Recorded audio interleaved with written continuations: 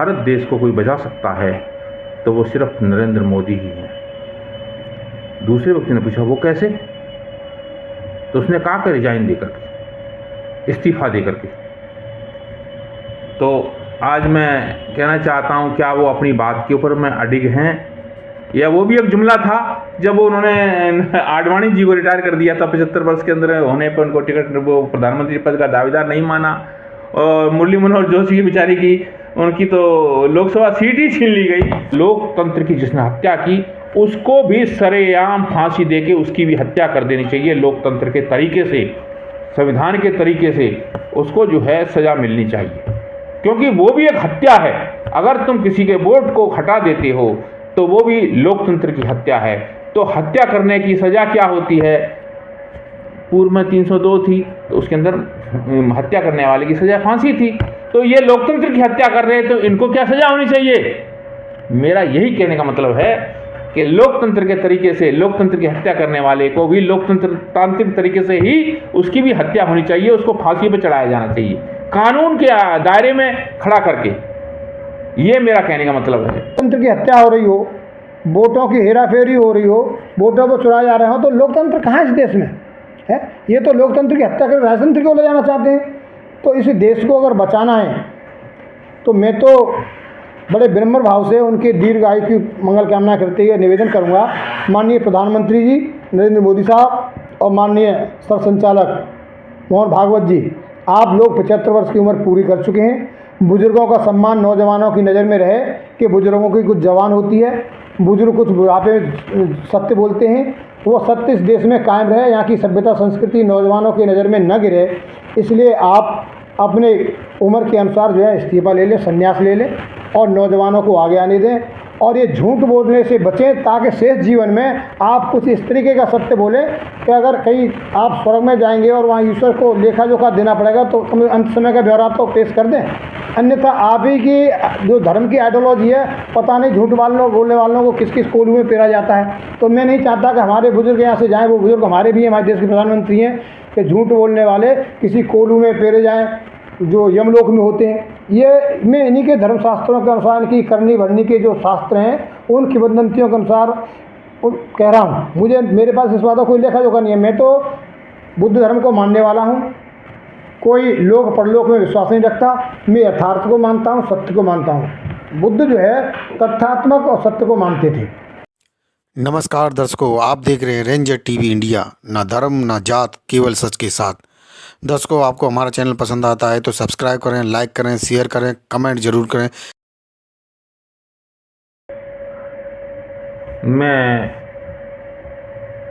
Ranger TV India का बहुत बहुत धन्यवाद करता हूं कि वह समय सामयिक के अनुसार समय समय पर जो मुद्दे लेके आते हैं वो समय के अनुसार होते हैं। आज जो मैं इस अवसर पर आदरणीय नरेंद्र मोदी जी जो 75 वर्ष के हुए हैं, तो मैं उनको जन्मदिन की बहुत बहुत शुभकामनाएं देना चाहता हूं कि वो जिए हज़ारों साल और साल के दिन हों 50,000। आज मैं एक ट्वीट देख रहा था, उस पर लिखा हुआ था कि भारत देश को कोई बचा सकता है तो वो सिर्फ नरेंद्र मोदी ही हैं। दूसरे व्यक्ति ने पूछा वो कैसे? तो उसने कहा कि रिजाइन देकर के, इस्तीफा देकर के। तो आज मैं कहना चाहता हूं, क्या वो अपनी बात के ऊपर में अडिग हैं, या वो भी एक जुमला था जब उन्होंने आडवाणी जी को रिटायर कर दिया था 75 वर्ष के अंदर होने पर, उनको टिकट, वो प्रधानमंत्री पद का दावेदार नहीं माना, और मुरली मनोहर जोशी की बेचारी की, उनकी तो लोकसभा सीट ही छीन ली गई जो बनारस वाली सीट थी।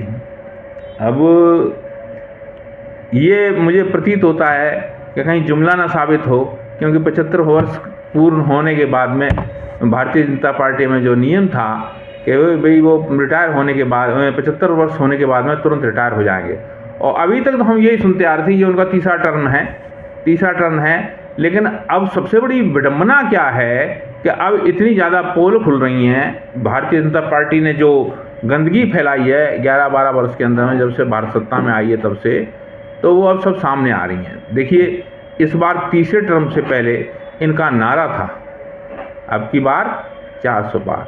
ये भारत देश के प्रजातंत्र लोकतंत्र को ही खत्म कर देना चाहते हैं। क्यों खत्म कर देना चाहते हैं? क्योंकि आज जो है, एक इतिहास में हम पढ़ा करते थे कि गुलाम वंश ये दोबारा से लौट के आया भारत के अंदर में। गुलाम वंश कैसे आया है? गुलाम वंश ऐसे आया है कि आज नरेंद्र मोदी प्रधानमंत्री जरूर हैं, लेकिन वो किसके गुलाम हैं? एक महत्वपूर्ण बहुत प्रश्न है कि वो आरएसएस के गुलाम हैं। और आरएसएस कौन है? आरएस, आप दयानंद सरस्वती का इतिहास पढ़िए। दयानंद सरस्वती और आरएसएस ये दोनों एक ही चीज़ हैं, एक सिक्के के दो पहलू हैं। आप ये देखिए कि जब से ये सत्ता में आए तब से संविधान की इन्होंने जाने कितने छोटे मोटे जो नियम थे उनको बदल दिया। आज सुप्रीम कोर्ट भी इनका सहयोगी बन गया और उसने 7 साल से कम सजा के जितने भी केस थे उनके अंदर अरेस्टिंग रोक दी। उन्होंने कहा इसके अंदर गिरफ्तार करने की जरूरत नहीं है। इन्होंने छोटे मोटे जो कानून थे वो ख़त्म कर दिए और उनकी जगह नई आईपीसी की जगह अपनी भारतीय न्याय संहिता, भारतीय न्याय संहिता लेके आ गए हैं। तो ये संविधान को ख़त्म कर रहे हैं, धीरे धीरे ख़त्म करने का इनकी प्लानिंग है। और चूंकि अब इनको मालूम है कि जैसे ही आज अगर नरेंद्र मोदी जी इस्तीफ़ा दे दें, पद छोड़ दें, तो इन जो बाकी और जो इसके इन पूरा कैबिनेट है ना, इन सबको जेल जाना पड़ेगा, क्योंकि इन्होंने इतने गलत काम अभी तक किए हैं, इतने गलत काम इन्होंने किए हैं। इसलिए ये चाहते हैं कि कम से कम 2029 तक, जब तक हमें अभी चल रहा है 25, तो 2029 के बीच में और 25 के बीच में 4 साल का जो अंतराल है वो मोदी जी के जुमले पे ही टिका रहे तो ज़्यादा बेहतर है, ताकि ये अपने कुकर्मों को छुपाने के लिए कोई नया रास्ता ढूंढ सकें, है ना। 4 साल का समय इस बात के लिए चाहते हैं कि तब तक हम कोई संविधान में कोई परिवर्तन कर लें या कुछ ऐसी और नई कोई जुमलेबाजी करके कोई नया फंडा निकाल के ले आएँ, और ताकि जेल जाने से सभी बच सकें। जैसे आज जो है हाइड्रोजन बम फोड़ा है राहुल गांधी ने। हाइड्रोजन बम का मतलब समझते हो? उन्होंने सबूत के साथ में लाइव खड़े होकर के लोगों को दिखा दिया, और उसको भी पकड़ के ले आए जो वहाँ की वो थी, जो जिनके घर के अंदर में जो वोट बने थे और जिनके नाम काटे गए थे, उन सबको लेके आ गए लाइव। आप बताइए। और उसके ऊपर बेशर्मी देखिए इलेक्शन कमीशन ऑफ इंडिया की, वो लोकतंत्र की हत्या कर रहा है। मैं एक मांग करना चाहता हूं कि लोकतंत्र की जिसने हत्या की उसको भी सरेआम फांसी देके उसकी भी हत्या कर देनी चाहिए। लोकतंत्र के तरीके से, संविधान के तरीके से उसको जो है सज़ा मिलनी चाहिए, क्योंकि वो भी एक हत्या है। अगर तुम किसी के वोट को हटा देते हो तो वो भी लोकतंत्र की हत्या है। तो हत्या करने की सज़ा क्या होती है? पूर्व में 302 थी, तो उसके अंदर हत्या करने वाले की सज़ा फांसी थी। तो ये लोकतंत्र की हत्या कर रहे हैं, तो इनको क्या सज़ा होनी चाहिए? मेरा यही कहने का मतलब है कि लोकतंत्र के तरीके से लोकतंत्र की हत्या करने वाले को भी लोकतंत्र तांत्रिक तरीके से ही उसकी भी हत्या होनी चाहिए, उसको फांसी पर चढ़ाया जाना चाहिए, कानून के दायरे में खड़ा करके। ये मेरा कहने का मतलब है। क्यों? संविधान के अंदर में जो हमारी छोटी छोटी कमियां हैं उनका ये लोग बहुत फ़ायदा उठा रहे हैं। और ये तो शुक्र है इस देश की जनता समझदार है, उसने निर्णय लिया कि अब की बार 400 पार, तो क्या उनकी 160 भी नहीं आ रही थी, 80 सीटें उन्होंने बेईमानी से, अब ये बात तो खुलेआम राहुल गांधी और वो सब कह रहे हैं कि 80 सीटें ये बेईमानी से जीते हैं, तब 240 बनी है इनकी, है ना। और इसके अंदर में अब सहायक हैं उनको भी दंडित करना चाहिए, जैसे नीतीश कुमार, वो भी दंडित होना चाहिए। जैसे वहाँ पे वो चंद्रबाबू नायडू, वो भी दंडित होने चाहिए, क्योंकि उन्होंने भी इसके अंदर में सहयोग किया है, भागीदार हैं, वो भी इसके साथ बराबर दंड के भागीदार हैं। मेरा तो यही कहने का मतलब है कि मैं फिर से दोबारा से नरेंद्र मोदी जी को 75 वर्ष होने की हार्दिक बधाई देता हूँ। और जो उसने कहा था अगर वो सत्य हो जाए तो वो तो दिन में रात होने जैसा होगा कि जो ये रिजाइन दे दें, क्योंकि ये लोग जुमलेबाज हैं, जुमलेबाज। मैंने भारत जब से आज़ाद हुआ है तब से एक चीज़ देखी, ऐसा प्रधानमंत्री आज तक नहीं आया जिसको तड़ी पार या फेंकू या इस तरह के गृह मंत्री और प्रधानमंत्री कभी नहीं हुए। ये भारत देश की विडंबना है कि लोकतंत्र की इसको खूबसूरती कहूँ या बदसूरती कि ऐसे लोग भी ऐसे ऐसे पदों पे तक पहुँच सकते हैं। इसके लिए कुछ ना कुछ वो किया जाए। लेकिन सबसे बड़ी चीज़ ये है कि हमारे संविधान के पदों पर जो बैठे लोग हैं, संस्थाओं के जो बड़े बड़े पदों पर बैठे लोग हैं, वो भी गलत हैं, वो गलत कर रहे हैं। तो उसके लिए उनको भी तो दंडित होना चाहिए। उसके लिए शायद संविधान में क्या प्रावधान है मेरे को संज्ञान में नहीं है, लेकिन संविधान के दायरे में सबको आना चाहिए। जो गलत कर रहे हैं उनको संविधान के द्वारा दंडित किया जाना बहुत ज़रूरी है। मैं इन्हीं शब्दों के साथ अपनी बात समाप्त करूँगा। जय भीम, नमो बुद्धाय। आप सभी को नमस्कार। धन्यवाद रेंजर टीवी के संचालक महोदय अमित भौरसन जी, और आपके सभी दर्शक बंधुओं को मैं सादर जय भीम नमो बुद्धा करता हूँ। आपने माननीय नरेंद्र मोदी जी के 75 वर्ष होने पर जो हमारा साक्षात्कार लिया है, इसके लिए मैं आपके साथ साथ माननीय नरेंद्र मोदी जी जो इस समय हमारे देश के प्रधानमंत्री हैं, मैं उनके स्वस्थ जीवन और दीर्घायु की मंगल कामनाएँ सादर उनके लिए प्रेषित करता हूँ। दूसरा, भारतीय कल्चर में ये माना जाता है कि जैसे जैसे आदमी की उम्र बढ़ती है वैसे वैसे आदमी, चाहे जवानी में उसने कुछ भी रंद फंद किए हों, लेकिन बुजुर्गी अवस्था में इतना संभल के चलता है कि वो सत्य बोलता है, झूठ बोलने से परहेज करता है। क्योंकि जो संतानें होती हैं पिता से ज़्यादा बाबा के नज़दीक रहती हैं और बाबा से सीखती हैं कि बाबा आपका बड़ा अनुभव है और बाबा बुजुर्ग हैं, इसलिए बाबा और नाती की कहानी इस देश में प्रसिद्ध है। लेकिन हमारे माननीय नरेंद्र मोदी जी जैसे 60 साल की अक्सर जो है रिटायरमेंट की कर्मचारियों की उम्र होती है, कुछ मामलों में बढ़ा करके 65 साल कर दी है, लेकिन 70 साल किसी भी विभाग में नहीं है। शायद यही सोच करके कि आने वाली पीढ़ी को मौका मिले, आरएसएस के लोगों ने भी अपने संघ में निर्णय लिया कि संघ समर्थित भारतीय जनता पार्टी में जो भी नेता होंगे वो 75 साल से ज़्यादा पद पर नहीं रहेंगे। लेकिन संघ के सरसंचालक मोहन भागवत जी ने, उनके समर्थित, उनके प्रिय नेता नरेंद्र मोदी ने 75 साल पूरा होने से पहले ही सरसंचालक महोदय ने ये स्पष्ट कर दिया कि उम्र का कोई बाउंडेशन नहीं है। जबकि इसी उम्र के बाउंडेशन को लेकर के कई नेताओं को उन्होंने राजनीतिक पदों को हासिल करने से वंचित कर दिया।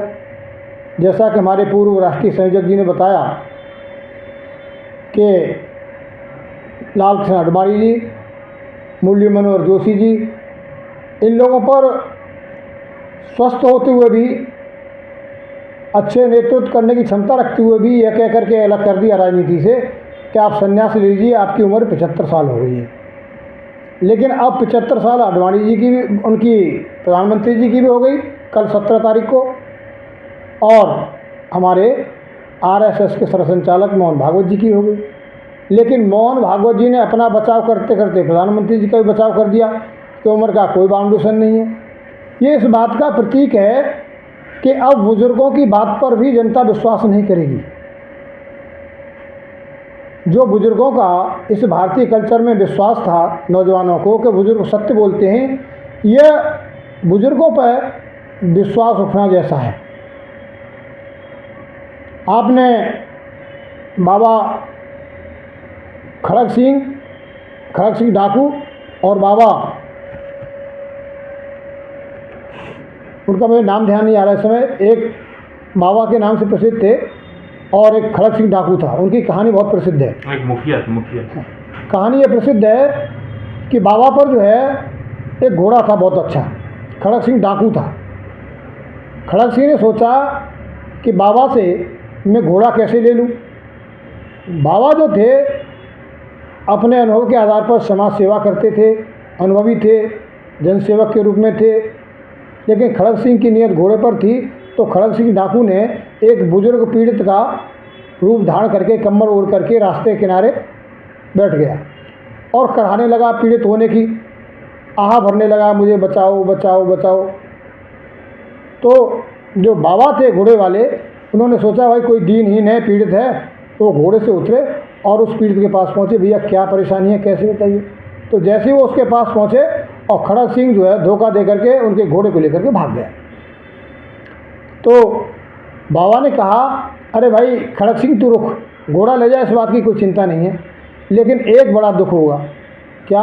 कि किसी के साथ ऐसा मत करना कि दीन दुखी होकर के तू धोखा किसी को दे, अन्यथा लोग दीन दुखियों की मदद करना बंद कर देंगे। तो मैं माननीय नरेंद्र मोदी जी से, माननीय सरसंचालक जी से ये निवेदन करना चाहूँगा कि इस उम्र पर आकर के झूठ न बोलें, अन्यथा जो बाबा और नातियों की जो कहानी है, बुजुर्गों के अनुभव पर लोग यकीन करना छोड़ देंगे। अभी आपने देखा होगा कि जितना झूठ नरेंद्र मोदी के नाम रिकॉर्ड है, किसी देश के प्रधानमंत्री के नाम नहीं होगा, विश्व में भी नहीं होगा। इन्होंने पहले अपने शासन में, चुनाव में वादे किए थे कि हम सत्ता में आएंगे तो प्रत्येक नागरिक के खाते में 15-15 लाख रुपए जाएंगे। ये इनका सबसे बड़ा झूठ। दूसरा, इन्होंने देश की जनता से वादा किया था कि 100 स्मार्ट सिटी बनाएंगे। ये इनका सबसे बड़ा झूठ। ये गिना दें 100 में तो छोड़िए, 20 सिटी स्मार्ट सिटी गिना दें। दूसरा, इन्होंने कहा था कि नदियाँ को हम स्वच्छ कर देंगे। नदियों के स्वच्छता के नाम पर इन्होंने अरबों रुपए के बजट पास किए, उसका पैसे का बंदर बांट कर लिया। नदियों के हाल तुम देख लो, ये एक भी दावा करके बता दें कि फलानी नदी स्वच्छ है। 2 करोड़ की रोजगार। दूसरा, इनके नाम ये रिकॉर्ड है कि अब तक के भारत की आज़ादी के बाद में सबसे बड़े घोटालेबाज जो उन्हें प्रधानमंत्री का संरक्षण मिला हो, जो प्रधानमंत्री के करीबी रहे हों, वो इस देश से देश की पूंजी लेकर के पलायन कर गए। ये रिकॉर्ड इनके नाम है। 36 इंची का सीना कहने वाले, इस देश की रक्षा का दम भरने वाले, 56 इंच वाले, ये सबसे ज़्यादा ज़मीन चाइना ने इनके शासन में दबाई।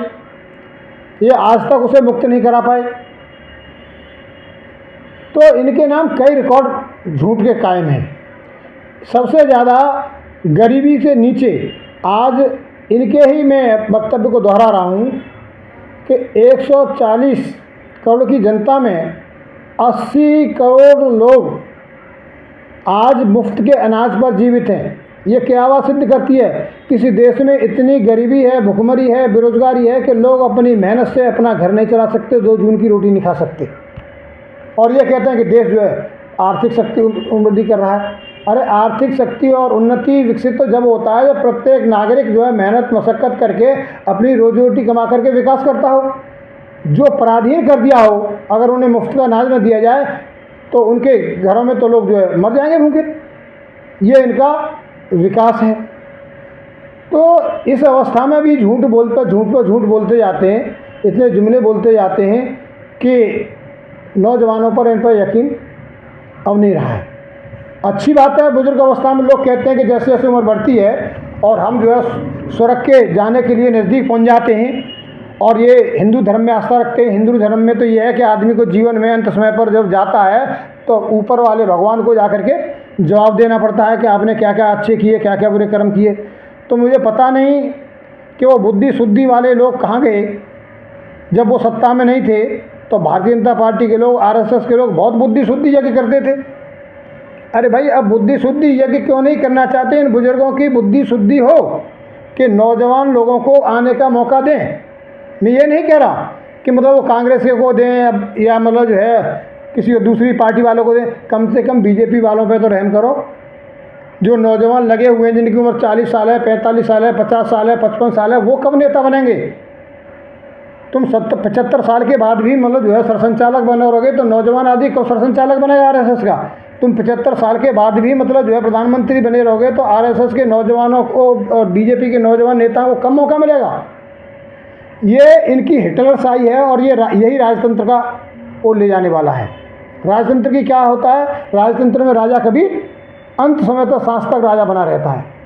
तो इन्होंने जो है अपने वक्तव्य से और अपने कृतित्व से लोकतंत्र की एक तरीके से हत्या कर दी है।